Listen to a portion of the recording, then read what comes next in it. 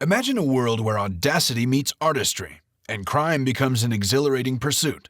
Meet Bruce Reynolds, a name that strikes fear into the hearts of law enforcement, and admiration among fellow criminals. They say he's no ordinary thief, and the Great Train Robbery was no ordinary job. It was the Holy Grail of heists, a feat that left the police dumbfounded and Scotland Yard scrambling for answers. But what drove Reynolds to orchestrate such a daring act? Was it the pressure? The allure of being known as the Napoleon of crime? Or something deeper? In 1962, the London airport robbery marked a significant turning point. This operation involved extensive planning, a larger group of individuals, higher risk, and a more extravagant approach compared to their previous endeavors. The target was the headquarters of British Overseas Airways, located at Comet House in Heathrow. The robbers disguised themselves as city gents, sporting furled umbrellas, furry bowler hats, and black jackets, blending in seamlessly with the bustling crowd. 6 of them entered the building and concealed themselves in the gents' toilet. They observed the security van carrying the money as it made its rounds after leaving the bank. A lookout signaled its approach, alerting the leader who was waiting in a car. Meanwhile, the remaining gang members positioned themselves in an elevator. As the doors closed, they swiftly emerged and surprised the unsuspecting security guard. Chaos ensued in the lobby, allowing the robbers to swiftly seize the money. The scene resembled a scenario reminiscent of the movie Ocean's 11. 2 getaway vehicles materialized out of nowhere, and the robbers made their escape with the stolen funds. Armed robbers swiftly put £62,000 into 2 Jaguars and disappeared. Detective Chief Superintendent Tommy Butler of Scotland Yard, known for being incorruptible, was determined to uncover their identities. The line between criminals and the police was blurred as they socialized together, but gathering concrete evidence was a constant challenge. Tommy's fixation on Bruce Reynolds, a key figure in the airport heist, drove him to bring him to justice. Tommy, devoted to his job, lived with his mother and had a formidable reputation. Known as One Day Tommy, he was reputed to solve cases quickly, but apprehending Reynolds would take longer. During the London airport heist, Reynolds, a 31-year-old expert thief, remained uncharged despite his criminal prowess. Reynolds' father, from a working-class background, shared his passion for cycling and learned how to exploit cigarette machines for money from a troublemaker named Hobby. Despite facing the consequences and serving time in an underage prison, it enhanced his skills in a house burglary. Reynolds left prison with advanced criminal knowledge and quickly engaged in higher-level crimes driven by ambition and intelligence. Through a series of arrests and connections, he formed his own criminal gang known as the Firm.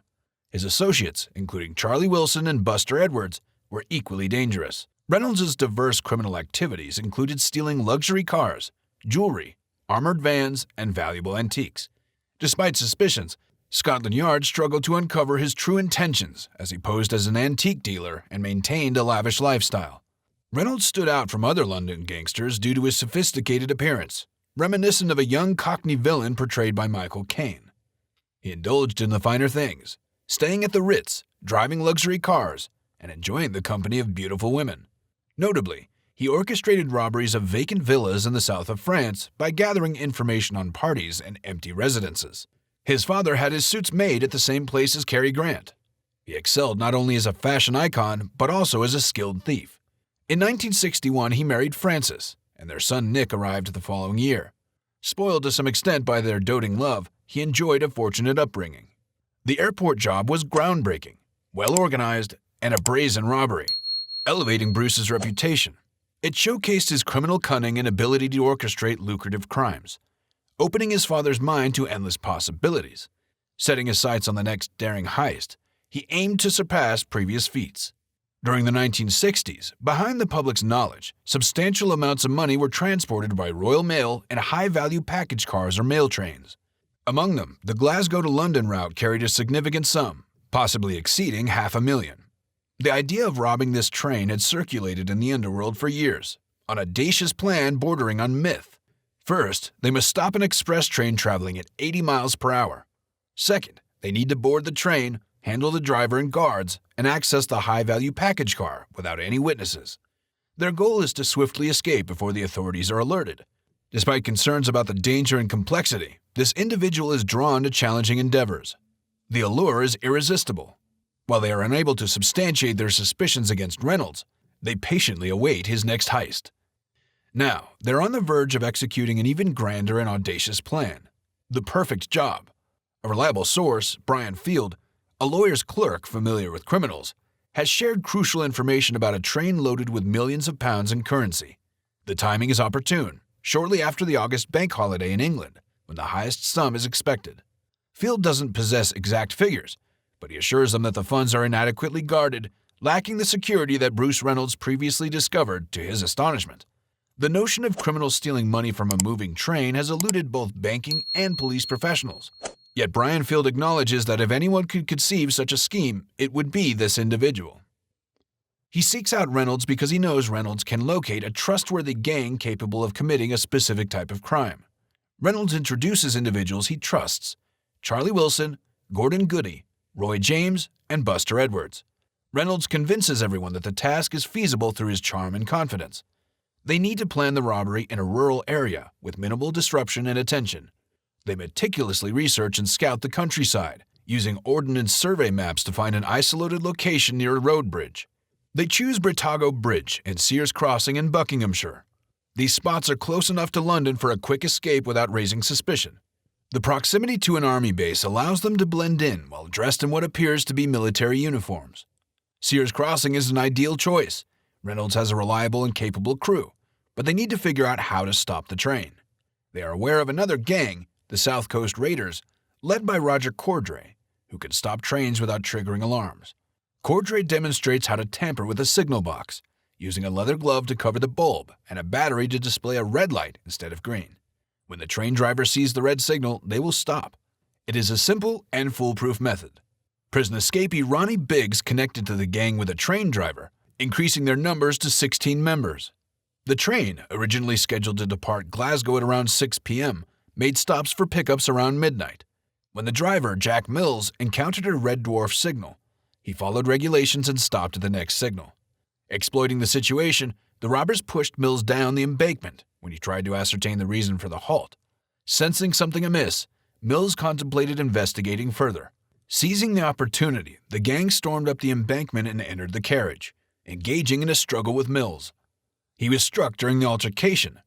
Simultaneously, the remaining gang members swiftly detached the locomotive and high-value package car from the train. This action aimed to separate the money from the 77 Royal Mail staff aboard the moving post office train. With their 16-member team, they were outnumbered by the postal workers should they discover the robbery and intervene. The plan involved relocating the high-value package a short distance away from the main truck to avoid detection. They bring their own driver, but the train won't start. The robbers are stressed and urged the driver to get it going. Time is running out. They need the train stopped at Brigadell Bridge to load the loot. The real driver is injured but forced to drive. The robbers instruct the occupants of the high-value package car to cooperate. They form a human chain to unload the valuables. Meanwhile, the workers continue sorting mail until one notices the unusual delay. He looks out and realizes the train is gone. The robbers drive away with the £41 million haul, feeling triumphant. With the dawn breaking, they listen to police radio, knowing the workers will find their way to the trackside. A quote comes through on the radio about the stolen train. They head to Legislate Farm, a hidden location in the middle of nowhere. The plan is to divide the money and erase all evidence. Everyone gets an equal share, as there is no hierarchy in this robbery. Once the money is counted, they are amazed by the stacks of cash, totaling £2.6 million, equivalent to £42 million today, or $60 million. The excitement is contagious, and they even play Monopoly with real cash. However, the fun won't last. The local police arrive at the train 1.5 hours after the robbery, uncertain of what exactly happened. Detective Superintendent Futrell deduces that the hideout is likely within a 30-minute drive from the crime scene. However, his intentions are revealed to the press, causing alarm among the robbers, who realize they will be targeted, particularly at farms. The Buckinghamshire police realize the magnitude of the crime and acknowledge that they are out of their depth. They call in the flying squad from Scotland Yard, as it becomes evident that a London-based gang is behind the audacious £41 million theft. Upon arriving at the crime scene, the investigators are astounded by the scale of the crime, viewing it as an affront to the nation. With everyone on their own after leaving Legislate Farm, the sense of loyalty fades and greed takes over. The mastermind behind the robbery is Bruce Reynolds, known for the London airport heist. The pressure mounts as the government demands the capture of the masterminds, with Reynolds being one of the prime suspects on Tommy Butler's list. After leaving the farm, Reynolds hitches a ride and meets an associate in a nearby town. His priority is to stash the money and lay low until things settle. To encourage informants to come forward, a substantial reward of £250 is offered. People begin naming names, and an early informant provides a nearly perfect list of participants. However, finding concrete evidence proves challenging, similar to the London airport heist. A herdsman's report leads investigators to a suspicious location with vehicles and smoke. 2 policemen enter and discover labeled money in the cellar, providing clear evidence of the hideout. The robber's hasty departure leaves behind traces, including fingerprints belonging to known criminals. Buckinghamshire police release photographs and a list of the found equipment, causing panic among the robbers. Some gang members start dumping money, triggering a public treasure hunt-like frenzy. During the weekends, money is discovered in various locations across the country.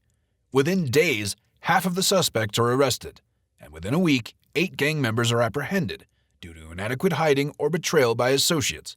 Charlie Wilson, Ronnie Biggs, Brian Field, Roger Cordray, and others are captured, except for Bruce Reynolds, who goes into hiding. However, Reynolds faces a setback when his flat is burgled by small-time associates looking for his stolen loot. The police are alerted, but Reynolds quickly improvises, pretending that the woman with him is his lover while his wife is away. The police fall for the ruse, but later realize their mistake. Despite this missed opportunity, the rest of the robbers still need to be dealt with. The government presses for a speedy trial, with approximately 12 individuals already in custody. The circumstantial evidence presented in court includes fingerprint evidence and the assumption that being at the farm connects them to the crime. In a controversial statement, it is believed that if the case were heard today, no convictions would have been made. Fingerprint evidence from the farm doesn't prove their guilt, but it doesn't hinder the case either. The British establishment was furious at the Great Train Robbery, as it seemed to challenge their authority. The judge referred to it as an act of war against the state. The severe sentences shocked the world, with 30 years being more than most murderers receive. The hunt for Bruce Reynolds, the mastermind, continues, but his retirement is approaching. Tommy Butler is determined to bring Reynolds back, believing the case is not fully solved. Reynolds managed to escape and is living a luxurious life in Mexico. Despite police efforts, his wife and child joined him there. However, Reynolds will eventually make a mistake, and Butler will be ready. 2 of Reynolds' fellow robbers, Charlie Wilson and Ronnie Briggs, escape from prison, reigniting the focus on Reynolds. Butler's determination is fueled by these events. Tommy Butler receives information that Wilson is hiding in Canada under a fake name. Butler boards a plane with handcuffs, aiming to catch Wilson if not Reynolds' right-hand man. Butler, accompanied by Canadian police, arrives at Wilson's location outside Montreal in the morning. They arrest Wilson, his wife, and his family. Charlie Wilson is flown back to the UK, while documents found at his property lead Butler to believe Reynolds had visited him in Canada. Reynolds, running out of money, returns to England, and his associates tip off Butler.